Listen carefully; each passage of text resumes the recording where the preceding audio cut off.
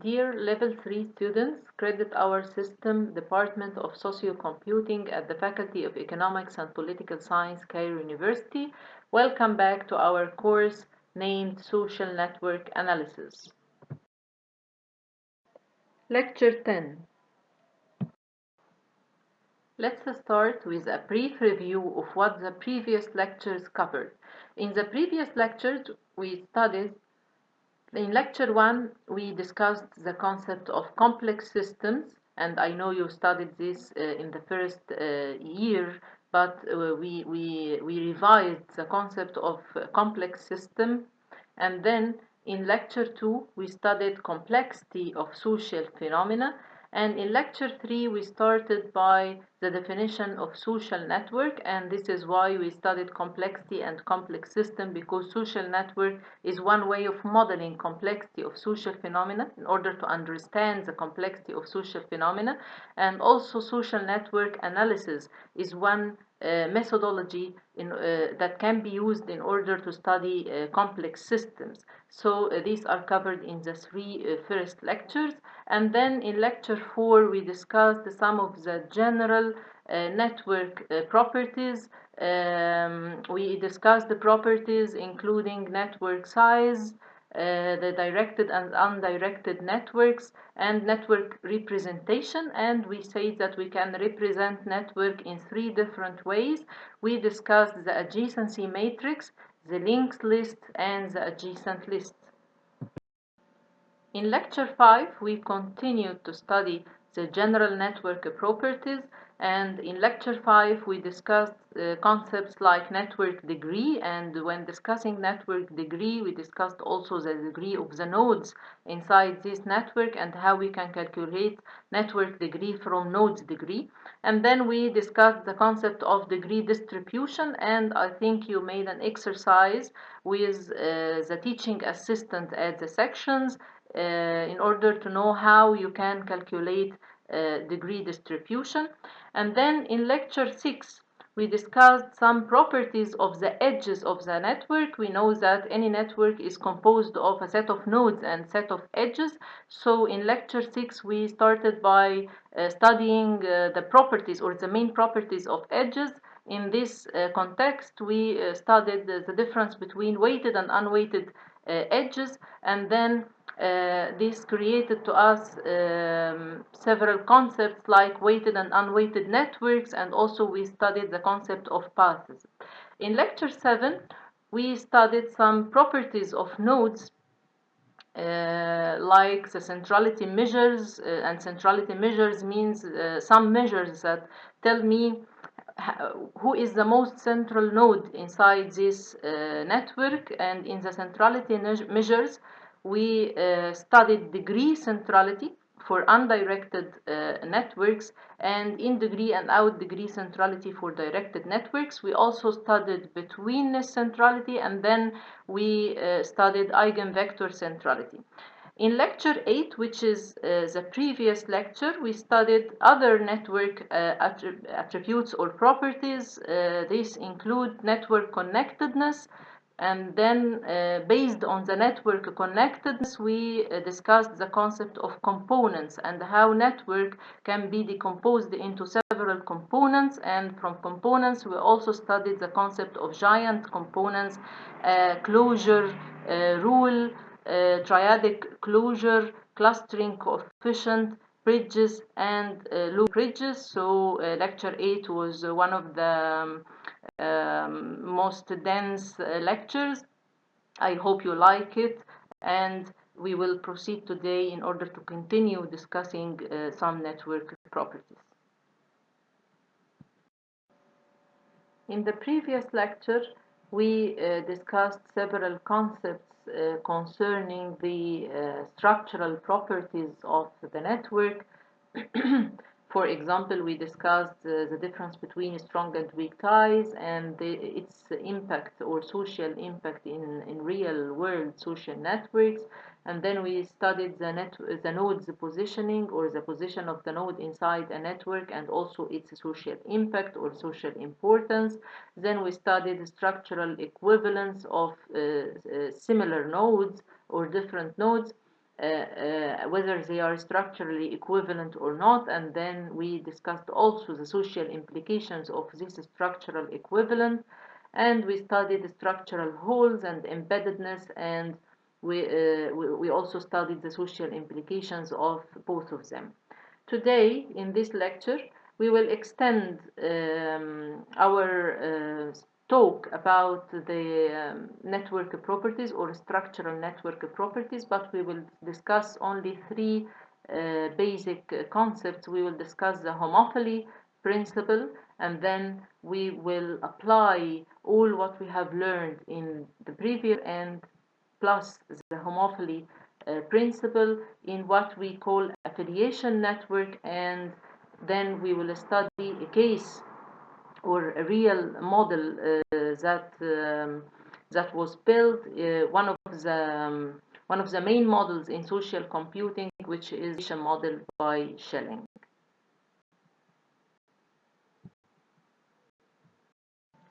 Moving a step forward in our lecture today, we will move to another very interesting station, which is network homophily. What the meaning of homophily? But before discussing the meaning of homophily, let's listen to what people said about homophily. For example, Aristotle. Aristotle says that people love those who are like themselves. And also Plato says that similarity begets friendship. And most recently, Robert Burton says that birds of a feather flock together. These quotes explain the main social motto behind the formation of links in any social networks. That is what we call in social network context homophily. Links in social networks tend to be created between people who are similar to each other. To test homophily, one should look at particular characteristics of interest that the nodes share, like age, gender, ethnic group, religion, or anything else. Then, we should observe the links or social ties inside this network and test whether the majority of links are created between people who share the same characteristics, which is an evidence of homophily, or they tend to be created between people who have different characteristics, which is an evidence of non-homophily. In triadic closure, then, B and C tend to become friends because they are likely similar to each other, as both of them is a friend to A. In this sense, B and C can become friends without their awareness that both of them are friends with A. We can calculate homophily quite simply as the ratio of ties between nodes that share a particular characteristic to ties between nodes that do not. This figure in this slide shows a network that represents friendship ties in a classroom. The white nodes represent girls and the red nodes represent boys.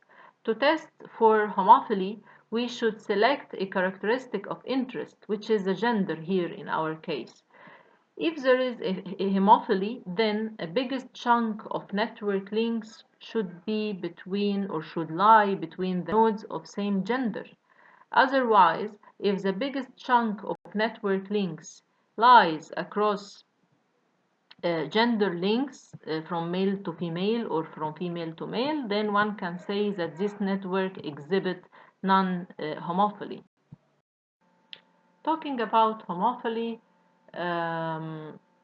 makes us think about another kind of networks, which is affiliation networks.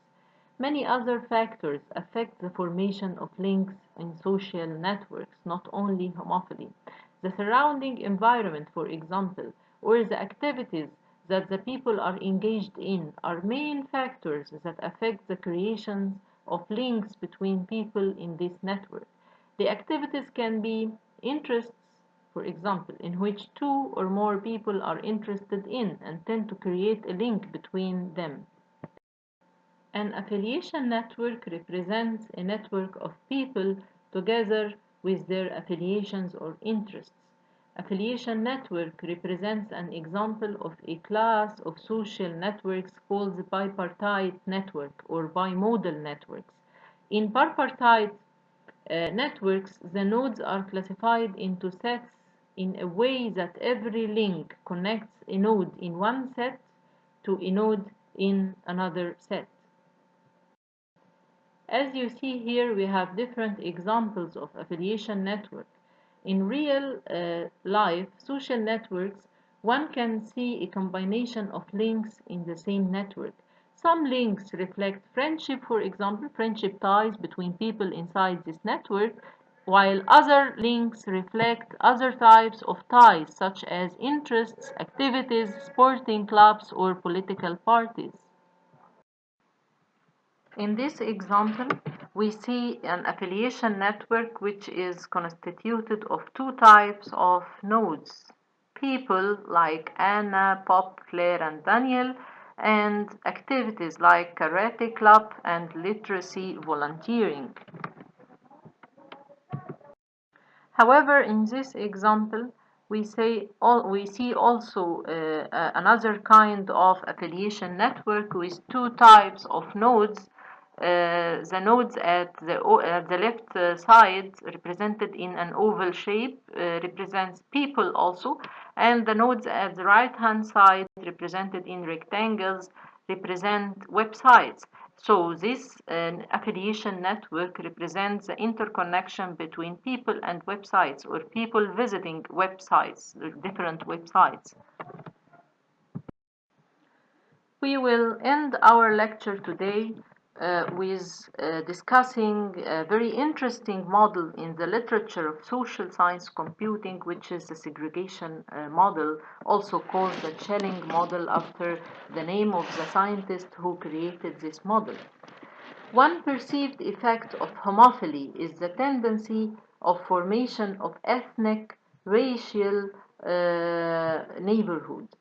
Segregation model is a famous model introduced by Thomas Schelling, which shows the emergence of global patterns of spatial segregation from the effect of homophily on the location level.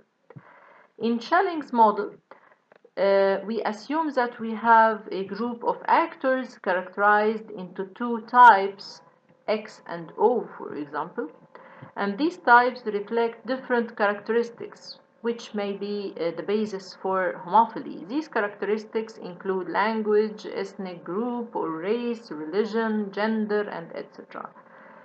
To represent a geographical area or a city, Schelling constructed a two-dimensional grid on which the actors are located. Each cell here represents a place or a locus for the actor to reside in.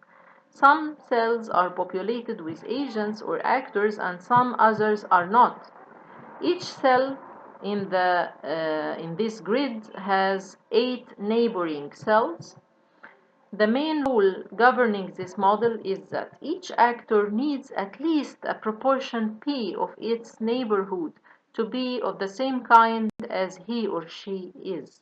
Otherwise, he or she will leave this cell and search for another place to reside in where he can find people like him or her. Segregation model can be used as a social implication of network homophily that we studied in this lecture.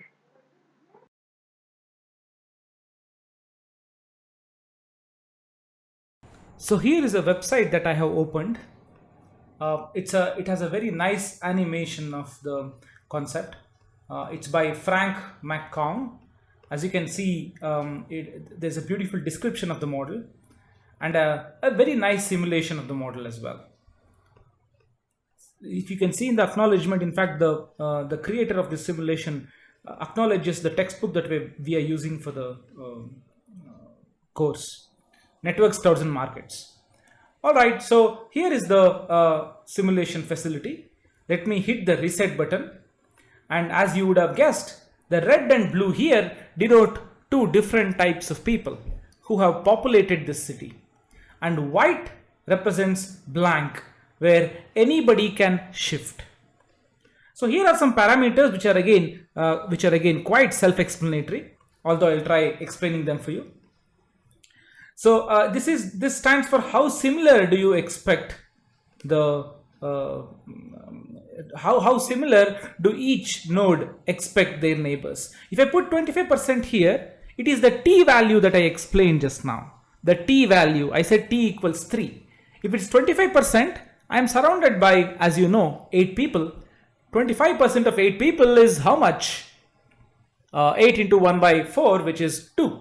So if any person has 2 neighbors of the same color, then he is deemed to be happy and satisfied. He will not shift. And anyone who is not surrounded by at least 2 people of the same color, that person will try to shift to a blank space. Okay. And the rest is the distribution of red and blue. It's the same when I say 50-50. You can in fact change it. Empty space, I have kept some 10%. You can in fact change this too. Size is a 50 cross 50 grid. Delay is the delay between 2 steps of the animation. I have kept it 0. So let me reset it once again and then let me start the simulation. As I start, you will see that the number of people who are satisfied will be displayed here. As of now, nobody is satisfied. It says 0% people are satisfied, which means nobody is surrounded by at least 25% of people who are happy. No, basically once you start the animation only, this will start counting. As you can see, I hit the start button and you see 100% people are satisfied. It took just 8 rounds. As you can see, every single person is surrounded by at least 2 neighbors of his type. That's the similarity percentage that I gave. T equals basically 2. Now let me make T equals 4, which is 50%. Out of 8 people whom I know, I would expect half of them to be of my type. Hit the reset and then start the simulation and see the beautiful convergence of segregation that happens here right now. I hit the start button now. Please observe. Look at this. They're getting segregated and you see there is some beautiful segregation happening here, right? When you expect half the people to be of your type, you observe segregation happening, right? Let me try increasing it all the more. Reset and increase this to, let's say, 75%. What do you expect now? Well, let's pause for a minute and then see what am I doing here? I'm saying 75% of my neighborhood should be of my type, which means if you take a blue red cell here, I should have at least more than what is 75% of 8 neighbors. It is 6. This red person should have 6 people surrounding him. Only then he is deemed happy. Otherwise he would want to shift, which means, as you can see, none of them are happy here, right? Let me start the simulation and see what happens. See, they are now moving to the empty spaces. Now roughly 50% of the people are happy, and then it goes on and on. Look at the beautiful segregation that's happening. See, more and more people get segregated and there are clusters that are emerging. You see a huge blue cluster here and a red cluster here, and you see 80% people are happy. You see the stick more and more, correct? You see that the segregation is beautifully going towards 100%. Now very soon you will see all of them are actually happy. As you can see, the number of rounds here in this case, when similarity percentage is high, when T is high, seems to take a lot of time. You see some problem in the boundary. Now it converges beautifully. You see there's basically simply 3 clusters. Cluster 1, I'm sorry, 4 clusters. Cluster 1, cluster 2, cluster 3 and cluster 4. Of course you have clusters here as well, but I think we can ignore it, right? So basically there are 4 big clusters. So the simulation says that more the similarity that you expect, better is the segregation. If you actually, I'm sure you would know what, you can guess what will happen if I make it 89%. It will probably take a long time, but let's see what happens from here. You see, people become less and less satisfied because 89% is what it is not achievable. As you know, 89% is more than 7 people should be of your type. I mean, that's not possible, right? Not even more than 7, almost 8 people, all your neighbors should be of your type. That's not possible. So it sort of simulation gets confused. This might even go forever. So if you sort of reduce it, you'll observe that the convergence happens very quickly. Reset, start for 30%, it's very quick. Yeah, thanks to the creator of the simulation, we can explain this very easily with the simulation than verbal explanation. Also, it is interesting to note that the people have not understood this mathematically really well, how exactly this happens. How is it a function of this similarity percentage, and how does the clustering come by? Although it's commonsensical, but the exact mathematical details of it is not very well known.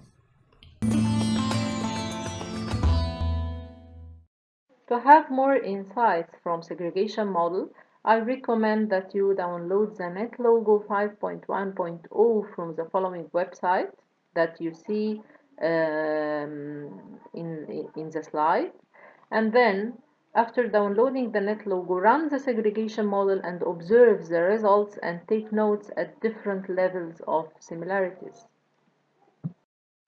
For any further question or for more communication, please don't be hesitated to contact me on my email on the screen now. And you can also view these lectures on my YouTube channel or the YouTube channel of Cairo University as well. So, waiting forward to hear from you soon. Thanks.